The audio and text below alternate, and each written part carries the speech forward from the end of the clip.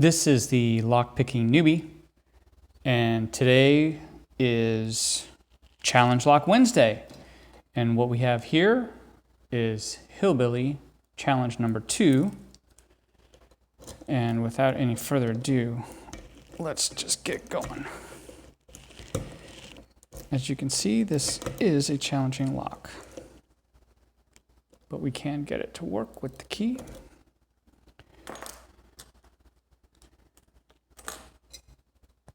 And the use of this tool will become apparent if we have success.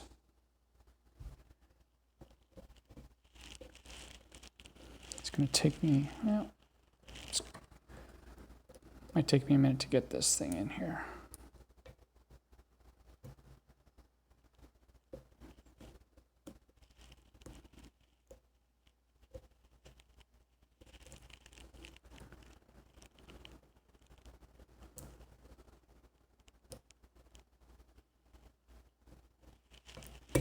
There we go. All right, we're going to start with a southward standard hook. I think it's like 23 thousandths and a 50 thousandths pry bar. As you saw in an earlier video, this lock started as a quick set, but it's not a quick set anymore, I can tell you that. Some clicks on pin 4. And 5, you should be able to see in us getting to a false set. Now we're using the counterclockwise line and the counterclockwise mark. So we've got a little bit of a false set going. Back to 1, still springy. Big counter rotation on 2 and a click. Not sure if we're done with 3 or not. Okay, we'll check 1, nothing. Let's see if we can get anything out of 3. This is dangerous.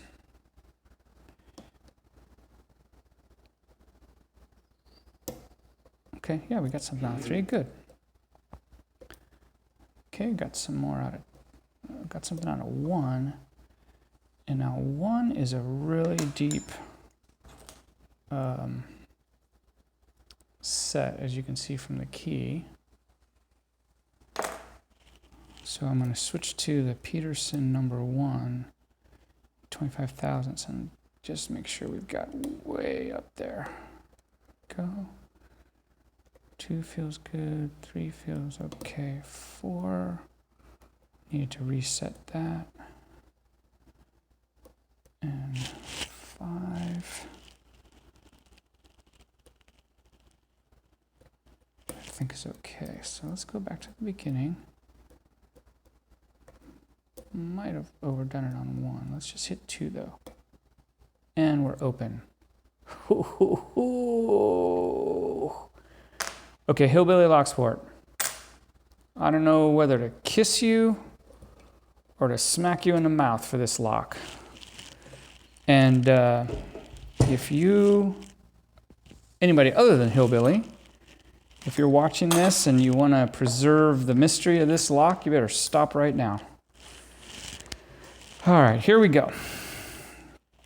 Hillbilly talked about trickery and tomfoolery in the lock, and boy, is there. Okay, so let's see. What am I going to do here? Let's think this through, newbie. All right. I'll get the clip off.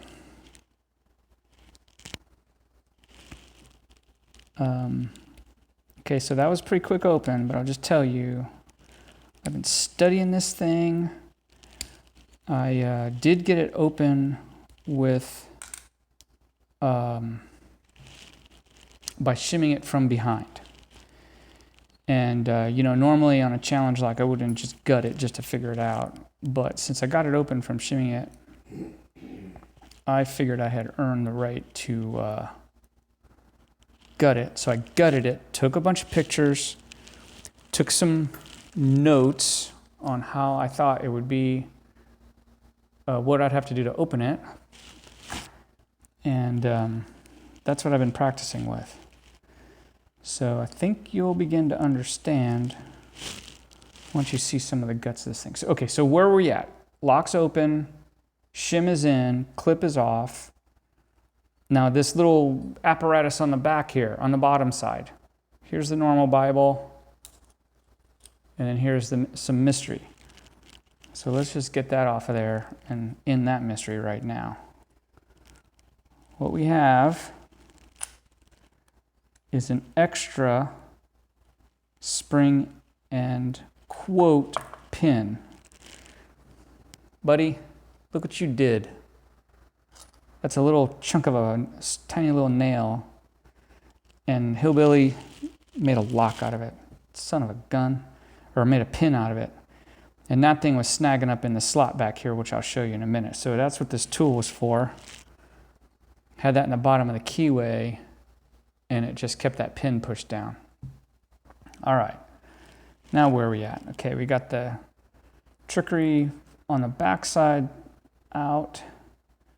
And now I'm gonna try my best to get this gutted without other pieces flying everywhere. There we go. Okay.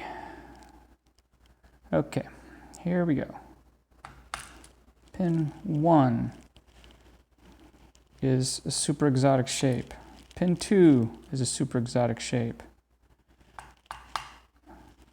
Pin 3, exotic.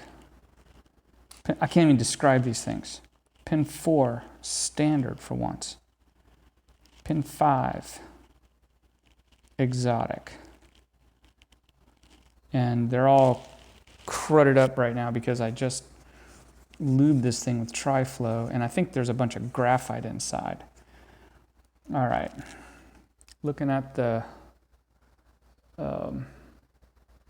whatever we want to call this stuff. All right, for some reason, I think the video cut, but we were right up here looking for the, what's inside these chambers here, and I'm trying to figure out how to get the doggone light on. Well, I keep cutting the video. All right, well, I guess I'm not going to get the doggone light on. I don't know why. No, that's not it. All right, well, I must have messed up the interface here. All right, well, whatever. Okay. In the chambers in the plug here, unfortunately, you're not going to be able to see it. Maybe you can hear it. There's threading and some countermilling. So there's some countermilling in 5, nothing in 4, nothing in 3, then some threading in 1 and 2. Okay. Kind of wish I could get my light on to show that to you, but not tonight. Okay. Let's get these other pins out of here. Thank you, Mr. Shim. Look at how filthy this thing got. All right. We're up in the normal Bible, and we'll start with pin 1. And do our best to focus it for one thing. Thank you very much. And there went a pin, which again is indescribable, and a rather tortured looking spring.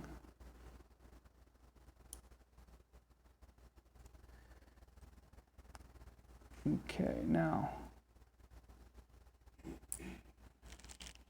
that is a spool with a nail in it.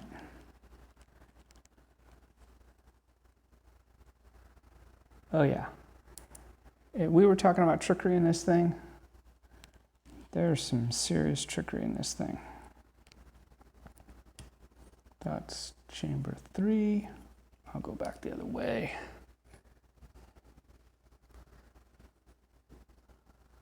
Hillbilly, you are a son of a gun there, buddy. Okay, here's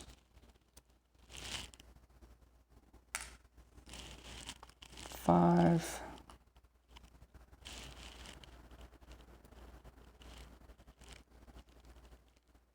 here's 4 with another pin in it. Okay, let's try to get the springs out of here.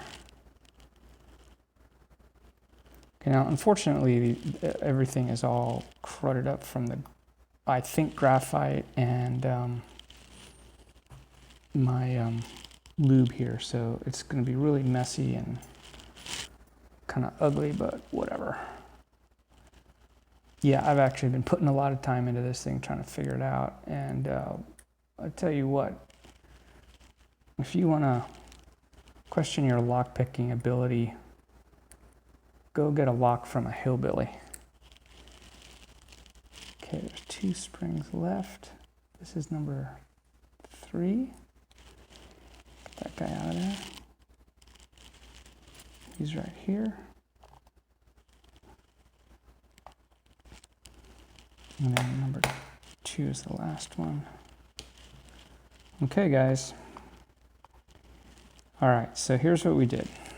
All right, and then in here, he must have taken this cover off because there's some really great countermilling in here that fits these this trickery with these pins, and there's countermilling that match in here that matches the pins as well, which unfortunately I just don't think you're going to be able to see.